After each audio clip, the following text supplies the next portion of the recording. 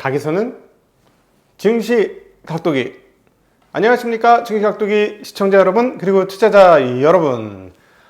1월 마지막 금요일이 왔습니다. Thanks God, it's Friday. 네, 좋은 아침 되고 계신가요? 저는 어제 우리 나침반님과 더불어 축하의 자리를 가지고 못 먹는 포도주를 좋아하긴 하지만 못 먹는 포도주를 과하게 마셨더니 둔기로 머리를 한 대 맞은 것 같습니다. 오른쪽 골이 상태가 매우 안 좋은 고리야 하는 뭐 이런 상황입니다. 아이고 고리야. 네, 네, 어제 고민이 많았던 장이었어요. 한국 시장도 고민이 많았고 미국도 고민이 많았는데 생각보다 우리가 이제 미국에 없다 보니 미국에서의 현재의 상황들에 대해서 조금 자세히 몰랐는데, 물론 근원적인 건 레버리지의 문제인 건 분명히 맞는데, 지금 현재 미국에서 일어나고 있는 숏 스퀴즈 양상이 상당히 투자자들로 하여금 굉장히 불안감을 증폭시키고 있는 상황이구나 하는 것을 오늘 하루 더 미국 시장을 보면서 느끼게 되는 대목입니다. 이 부분에 대해서 오늘 증시각도기 이 부분을 중심으로 증시각도기 TV 금요일 미국 시장 마감 순서 시작하도록 하겠습니다. 네, 주말에는 뭘 하셔야 돼요? 네, 투자를 계속 하시려면 공부를 좀 하셔야죠. 네, 공부는 무엇부터? 네, educast.com의 증시각도기에 잃지 않는 쉬운 투자. 장이 흔들려도 흔들리지 않아요. 네, 내 마음이 흔들리지 않아요. 배가 커야 파도가 치더라도 항해를 잘할 수 있죠. 투자에서 배가 크다는 건 뭔가요? 심리가 흔들리지 않는 겁니다. 돈이 많은 거 아니에요. 심리가 흔들리지 않아야 정진에 나갈 수 있는데, 거기에 가장 좋은 강의 중에 하나, 네, 실전 투자 강의. 실전 투자한 사람에게만 들을 수 있는 그런 강의. 증시각도기에 잃지 않는 쉬운 투자에 있습니다. 네, 미국 시장 미국 시장 아주 골 때리는데요. 지금 게임스톱하고 AMC, 그다음 또 배드베스 비욘드 이런 회사들 쪽에서 난리가 난 건데, 얘네들 또 주가가 어떻게 됐겠어요? 막 미친 가격이 나왔으니 게임스톱 오늘 44% 그냥 반토막 났고, AMC는 더 반토막 났지. 300%씩 올랐으니까 56% 떨어졌고, 배드베스 비욘드는 36%가 떨어졌습니다. 이런 상황인데, 근데 이제 상황들이 어떻게 되냐면, 이게 너무 심각해져 가고 있는 상황이라서, 거래 플랫폼인 로빈후드가 이쪽에서 거래를 못하게 했습니다. 그러니까 게임스톱 등의 특정 주식 거래를 제한하기로 했는데, 어떻게 제한하기로 했냐면, 옵션 포지션을 신규로 개설하는 것을 못하게 한 거예요. 청산은 가능해. 옵션 포지션을 닫는 것은 가능한데 신규로 여는 것은 못하게 만들었어요. 이런 상황에서 증권거래위원회에서 이번 상황을 적극적으로 모니터링 하겠다라는 언급을 했습니다. 자, 이게 약간 과열은 명백하죠. 하루에 100%, 하루에 300% 이렇게 오르는 거는 과열이라는 게 명백한 겁니다. 근데 그 부분을 좀 막는 흐름들이 지금 나오고 있다라고 보시면 되겠는데, 자, 이게 한국하고 좀 다른 게 이쪽에서 로빈후드에서 한 게 뭐냐면, 주식 거래 계좌를 터준 게 아니고요. 여기에 이제 비밀이 숨어 있는데 옵션 계좌를 터준 거예요. 옵션 롱 계좌를 터준 거죠.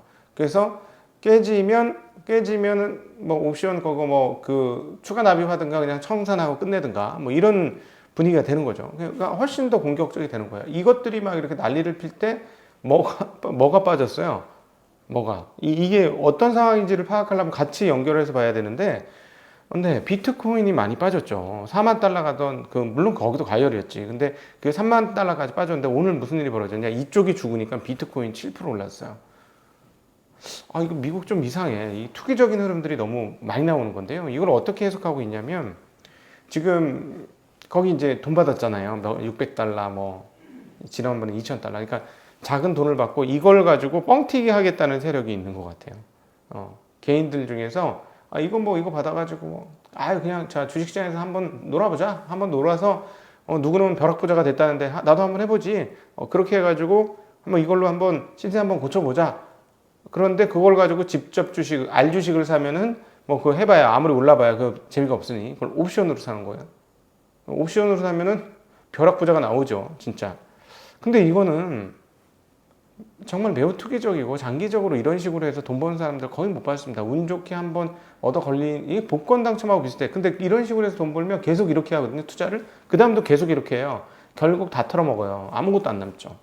그런 경우는 제가 너무 흔하게 봤습니다. 저처럼 이런 거 많이 본 사람이 어디 있겠어요. 현장에서 20년 있었는데. 그리고 요즘에는 그래갖고 옛날에 장렬하게 산한 영역 있잖아요. 한국 사람들. ELW.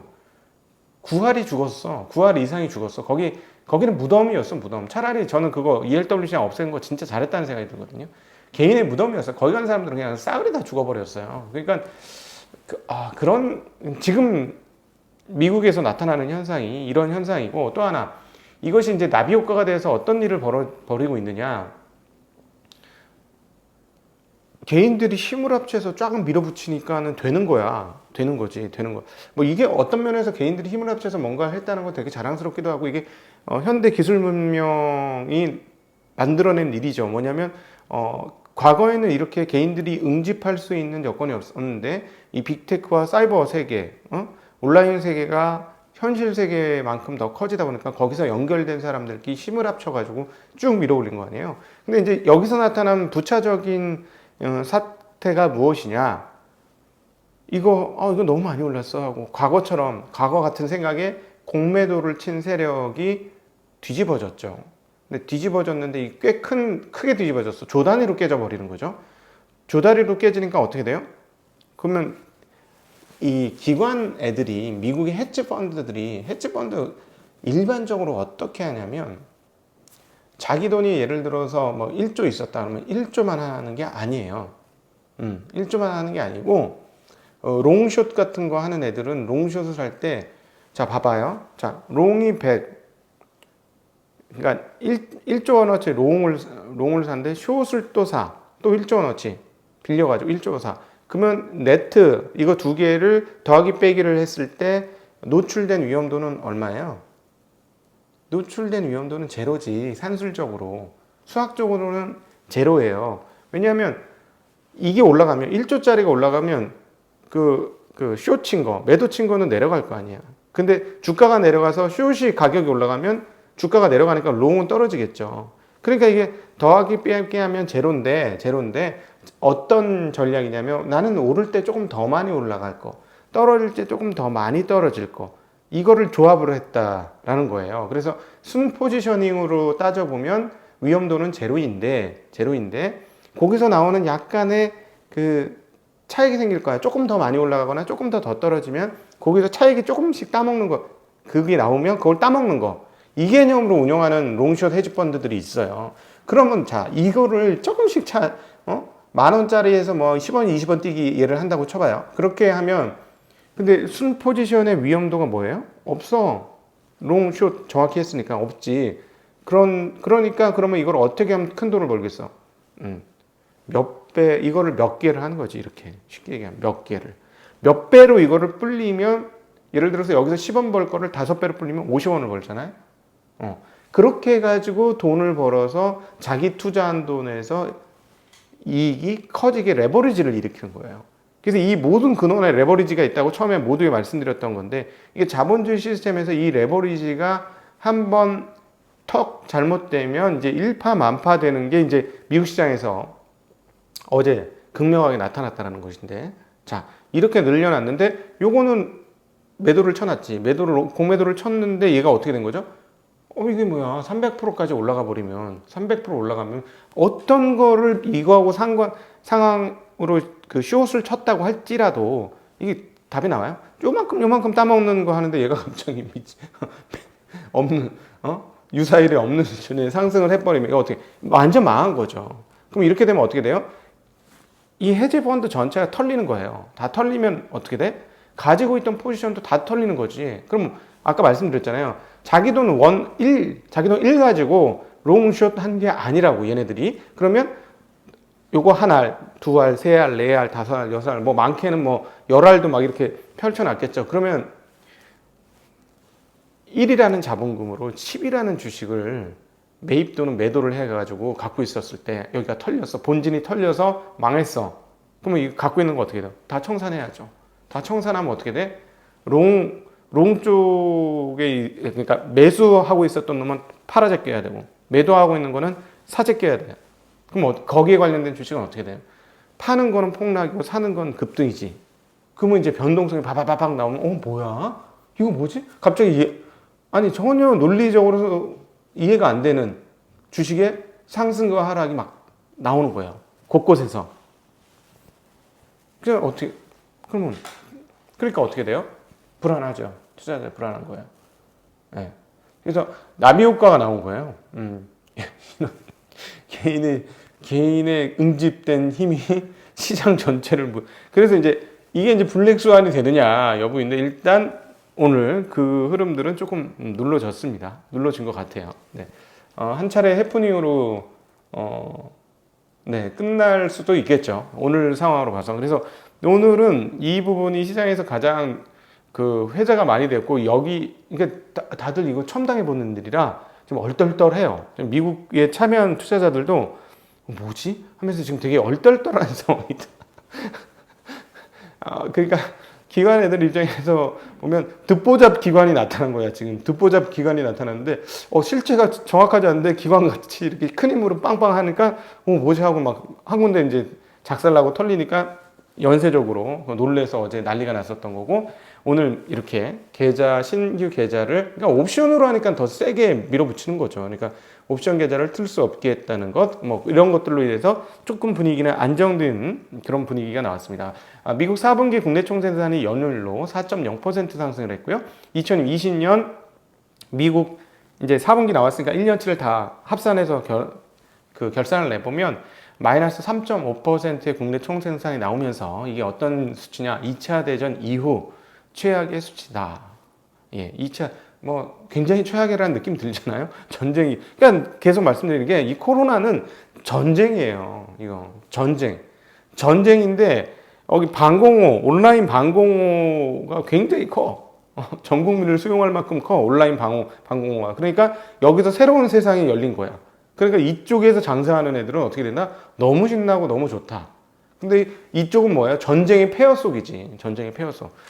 그럼에도 불구하고 오늘 항공주들은 예상보다 양호한 실적이 나왔습니다. 그러면서 항공주들이 전반적으로 상승했고, 매일같이 그 지수 올려드리는 델타항공도 4%나 상승하는 흐름들을 보여줬습니다. 주간 실업보험 청구자 수는 84만 7천 명으로 2주 연속 하락했고요. 12월 경기 선행지수는 전월비 0.3% 상승했고, 12월 미국 신규 주택 판매는 전월비 1.6%로 연율 84만 2천 채를 기록했습니다. 어제 급락했던 기술주들이 반등에 성공을 했고요. 애플은 그러나 많이 빠졌어요. 근데 애플 빠진 것 치고는 지수가 잘 버텼어요. 물론 여전히 불안한 게 있습니다. 왜냐하면 오후 4시, 새벽 우리나라 시간으로 새벽 4시 때는 지수가 굉장히 많이 올랐거든요. 굉장히 많이 올랐었는데 마무리는 어떻게 됐냐? 그러니까 2% 넘는 상승을 보여주다가 S&P는 0.98% 올랐고, 다우는 0.99, 나스닥은 0.5, 러셀 2000은 0.27% 올랐으니까 쭉 밀리면서 마감이 되었습니다. 네. 근데 어제 많이 떨어졌던 필라델피아 반도체 지수 2% 올랐고요. 그 다음에 애플은 3.5%나 떨어졌고, 아마존은 0.16% 올랐고, 마이크로소프트 2.59, 알파벳 1.88 하면서 시장 상승을 이끌었고, 반대로 페이스북은 2.5% 떨어졌습니다. 칩 주식들이 아까 필라델피아 반도체 지수에서 보시듯이 많이 올랐어요. 마이크론 테크놀로지 4.39, 그 다음에 퀄컴 1.22, 인텔 4.6, 그리고 AMD는 실적이 좀 실망스러워서 1.49% 떨어졌고, 엔비디아는 1.03% 올랐습니다. 테슬라 3.3% 떨어졌고요. 넷플릭스는 2.9% 올랐습니다. 자, 그럼 당분간 이제 옵션 계좌 뭐 이제 계속 어떻게 될지 모르겠는데, 이게 딴 데로 튈 수 있겠어요. 이런 것들이. 미국 시장에 이게 변동성의 요인이 될 수 있다는 거는 좀 보셔야 될 것 같고, 좋은 현상은 아니다라는 거는 계속 말씀드리겠습니다. 자, 이게 치는 국에 어떻게 불똥이 튀는지도 한번 봐야 될 것 같습니다. 자, 왜 그러냐면, 이 로빈후드 계정을 통해서 해외 투자, 옵션 투자는 안 할 것 같아요. 그건 아닌 것 같은데 문제는 뭐냐면 아까처럼 헤지 펀드들이 털리게 되면 돈을 어디서 땡겨 와야 되잖아요. 근데 이 헤지 펀드들 중에서는 해외 투자도 하는 사람들이 헤지 펀드들이 있겠죠. 그렇게 되면 그거를 돈을 땡겨와 급해서 돈을 땡겨오는 상황이 오면 충격이 올 수 있다라는 점은 이제 전 세계적으로 약간의 금융 불안의 요인이 될 수 있다라고 보시면 되겠습니다. 주식시장 올라가면서 채권 이렇게 되면 이제 VIX 같은 건 떨어지죠. 그러면서 채권도 가격이 좀 떨어졌습니다. 오늘 조금 눈에 띌 정도의 채권 하락이 있었고, 그리고 또 하나 채권의 발행은 잘 되고 있어요. 7년물을 응찰률 2.3배로 잘 소화가 됐으니까 지금 뭐 채권 시장에서는 큰 문제는 없는 그런 상황이다라고 정리해 볼 수 있겠습니다. 네, 여러분, 이제 저희 다음 주부터 증시각도의 TV가 오후에 조금 바뀝니다. 오후에 조금 바뀌니까 그거 좀 봐주시고요. 그리고 이제 주말에는 권순장의 브릿지도 조금 다른 시도를 합니다. 네, 그래서 중국 전문가들을 모시고 이야기를 나누는 권순장의 브릿지가 주말에 준비되어지고 있고, 저희도 이제 이 상황들을 보니까 다 연계되어 있잖아요. 어제 이제 베트남 지수 30종목이 전 종목 하한가가 갖는 그런 상황들인데 해외 시장이 어떻게 되는지도 조금 봐야 될 것 같습니다. 그래서 한국 마감 시간에 해외 시장, 특별히 중국 시장 중요하죠. 중국 시장이 어떻게 돌아가고 있는지에 대한 해설을 앞으로 조금 확대해서 같이 보도록 하겠습니다. 한국 주식을 보기 위해서도 좀 필요한 대목이니까 그렇게 해보도록 하겠습니다. 여러분, 오늘 행복한 하루 되시고요. 오후에는 좀 더 밝은 모습으로 여러분 만나뵀으면 좋겠습니다. 자, 한국도 약간의 기로인데요. 자, 여기서 어떻게 될 것인지, 미국 시장이 안정화됐기 때문에 반등에 성공하게 될지 아주 관심이 가고, 과연 조정이 어느 정도 수준에 끝날지도 관심이 가는 대목입니다. 이따 오후에 이런 상황들, 정리된 상황들을 가지고 여러분 다시 찾아뵙도록 하겠습니다. 인사드립니다. 안녕.